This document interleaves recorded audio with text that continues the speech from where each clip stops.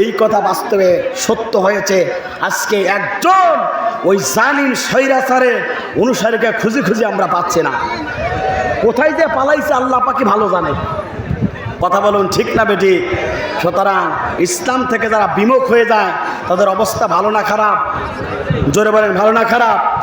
আমার বন্ধুরা তাহলে লক্ষ্য করুন, এই কোরআনুল কারীমটা আপনার আমার জন্য অন্ধকার সমাজ পরিবর্তন করবে।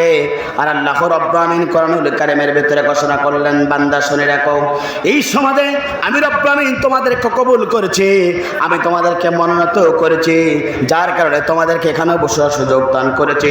সেটাও আল্লাহ রাব্বুল আমিন কোরআনুল কারীমের ভিতরে বলছেন, হুয়া জাতাবাকুম ওয়া মা জাআলা আলাইকুম ফিদ্দীনি মিন হারাজ।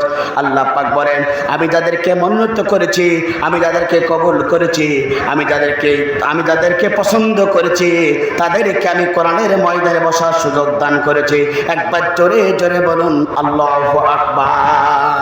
আমি রব্বুল আমিন যাদেরকে কবুল করেছি, আমি যাদেরকে পছন্দ করেছি, তাদের দ্বারা 2024 সালে বাংলাদেশের ইসলাম প্রতিষ্ঠার জন্য বিজয় লাভ করলাম। আমার বন্ধুরা তাহলে লক্ষ্য করুন, সুতরাং আল্লাহ পাক আপনাকে আমাকে এই আন্দোলনটাকে পছন্দ করেছিল। আল্লাহ রাব্বুল আমিন ছাত্রদেরকে পছন্দ করেছিল, যার কারণে ছাত্রদের দ্বারা এই বাংলাদেশে ইসলাম প্রতিষ্ঠার জন্য শুভলগ্ন হয়েছে। কথা বলুন ঠিক না বেঠি? এই জন্য মহান রব কোরআনুল কারীমের ভিতরে বলছেন, বান্দা শুনে রাখো, আমি রব্বুল আমিন তোমাদেরকে পছন্দ করেছি, আমি রব্বুল আমিন তোমাদেরকে সহায়তা করেছি, আমি রব্বুল আমিন তোমাদের প্রতি খুশি হয়ে গেছি, যার কারণে দিনের জন্য তোমাদেরকে কবুল করেছি। এই জন্য প্রিয় উপস্থিতি আপনাকে বলতে চাই, আপনার কোরআনের ময়দানে, কোরআনের মঞ্চে সিদ্ধান্ত গ্রহণ করতে হবে। এই বাংলাদেশকে রক্ষা করতে গিয়ে যদি আমার যদি রক্ত লাগে রক্ত দেব, জীবন লাগে জীবন যাব, তবে আল্লাহর জমিনে আল্লাহর দ্বীন প্রতিষ্ঠার জন্য আন্দোলন করব। কথা বলুন ঠিক না বেঠি? যুগে যুগে যারা ইসলাম প্রতিষ্ঠার জন্য আন্দোলন করেছে, যুগে যুগে যারা ইসলামকে প্রতিষ্ঠার জন্য যারা কাজ করেছে, সেই কাজ আপনাকে করতে হবে। এই কাজ যদি আপনি করতে পারে, আপনাকে আমাকে যিনি পছন্দ করবেন তিনি কে? জোরে বলেন, তিনি কে? তাহলে আল্লাহ পাক আপনাকে আমাকে পছন্দ করেছে।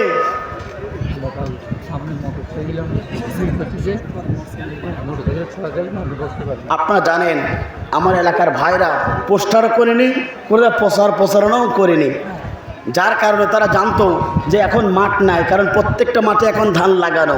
তারা চেয়েছিল যে কোনোভাবে একটা ছোট্ট পরিসরে একটা অনুষ্ঠান করে তারা বিদায় নিতে চেয়েছিল। তো আপনারা জানতে পেরেছেন আমির হামজাকে আপনারা এতটাই ভালোবাসেন, তার চেয়ে বেশি ভালোবাসেন কোরআনকে। কথা বলুন ঠিক না বেঠি? কোরআনকে ভালোবেসে আপনারা এখানে এসেছেন, সুতরাং আপনারা খুশি না বেজার? তো আপনাদেরকে অনুরোধ জানাবো, ভাই লোকের অনেক চাপ, কেবল বাজে 3:20, এখন এই চাপ, তাহলে আমির হামজা যখন উঠবে তাহলে আরও চাপ হবে। তো আপনাদেরকে উদাত্ত আহ্বান জানাবো, যারা মোটরসাইকেল নিয়ে আসছেন, মোটরসাইকেলগুলো ওখান থেকে পিছন থেকে রেখে আপনি আপনার নির্ধারিত একটি জায়গায় রেখে আসুন, যাতে করে আজকের এই মাহফিলটাকে সুন্দরভাবে যেন অসুবিধা না হয় আপনার কারণে। এই জন্য আপনাকে অনুরোধ জানাবো, কমিটির পক্ষ থেকে যারা মোটরসাইকেল নিয়ে আসছেন, মোটরসাইকেলগুলো একটু দূরে রাখার ব্যবস্থা গ্রহণ করবেন। প্রিয় উপস্থিতি, আপনাদেরকে বলতে চাই, আমি আজকে যে বিষয়ের উপর আলোচনা করতে চাই সেই বিষয় আলোচনা করার জন্য শুরু করতে চাই।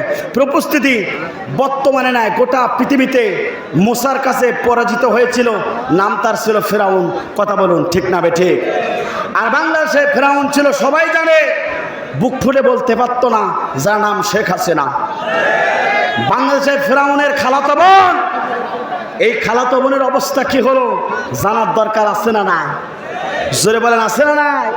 অর্থাৎ সেই ফেরাউন কি কি কাজ করেছিল সামনে সেই সময়, আর 2024 সালে 5 আগস্টের আগ পর্যন্ত এই ফেরাউন কি কি কাজ করেছিল জানার দরকার আছে না নাই? জোরে বলেন, আছে না নাই?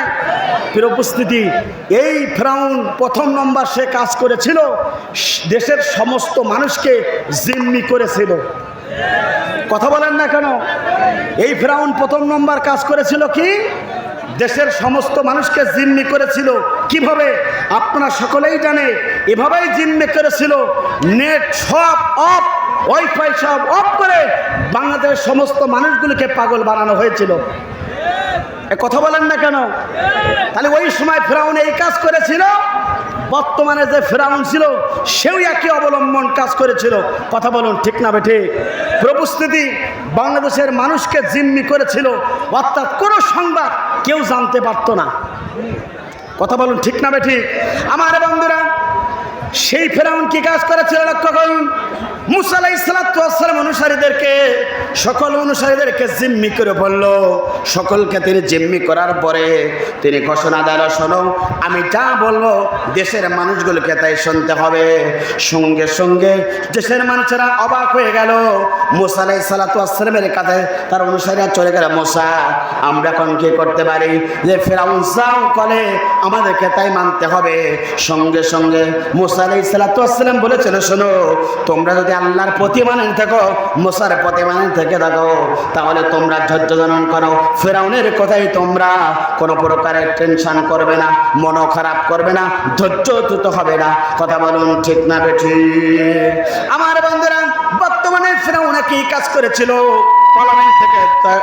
পার্লামেন্ট থেকে অর্থাৎ তিনি মন্ত্রী পরিষদ থেকে সকলকে বলা হলো তোমরা তিনজন চলে যাও, আর ছাত্র ভাইদের সাথে বৈঠক করে তোমরা তাড়াতাড়ি বলে আসো দেশের সমস্ত অরাজকতা সব কিছু ঠিক করতে গেলে নেটগুলো বন্ধ করে দিয়ে সমস্ত মানুষগুলোকে জিম্মি করতে হবে। কথা বলুন ঠিক না বেঠিক?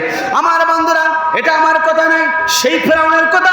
আল্লাহ রাব্বুল আলামিন কোরআনুল কারীমের কথা ঘোষণা করলেন, ফাহাসারা ফানাদা, দেশের সমস্ত মানুষগুলোকে একত্রিত করে ফেললো।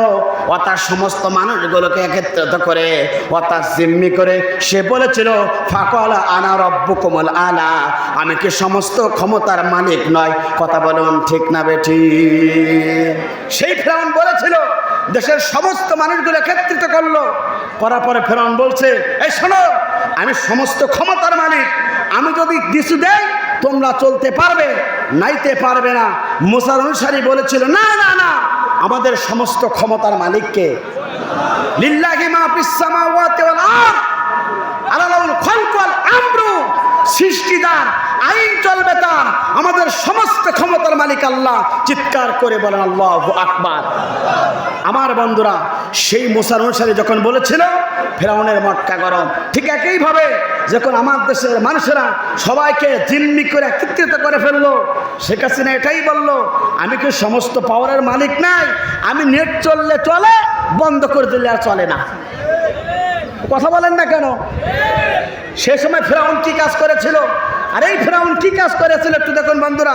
সে বলেছিল, নেট খোলা রাখলে আমি বললি নেট চলে, আর আমি যদি না বলি নেট চলে না। অর্থাৎ আমাদের বাংলাদেশের সমস্ত মানুষকে জিম্মি করেছিল না? কথা বলেন না কেন?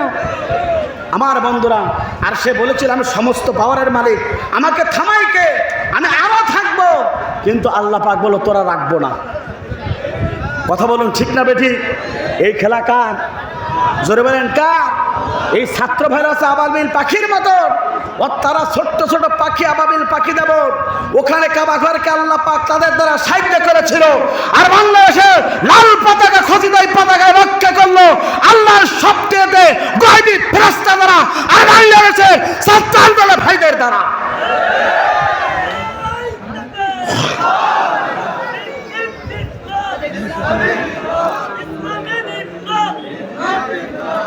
উপস্থিতি আপনাদেরকে বলতে চাই, অর্থাৎ সেই ফেরাউন জিম্মি করে এই কাজ করতে ছিল, আর এই ফেরাউন একই কাজ করেছিল। কথা বলুন ঠিক না বেঠিক? উপস্থিতি অবস্থা কি শেষ পর্যন্ত ভালো হলো না খারাপ হলো? জোরে বলেন। খারাপ হলো। এতটাই খারাপ, তার সেই গণভবনে কেউ যেতে পারতো না। আর আমি দেখলাম ছেলেরা গণভবনে চলে গেল, যে মুরগি পেয়েছে মুরগি নিয়েছে, পাঙ্গাস মাছ পেয়েছে পাঙ্গাস মাছ নিয়েছে।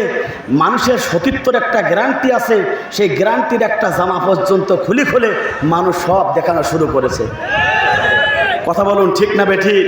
মেসেজ মানুষ, তাই বললাম না যে তোমার মা বোনেরা আছে, এতটাই তাকে।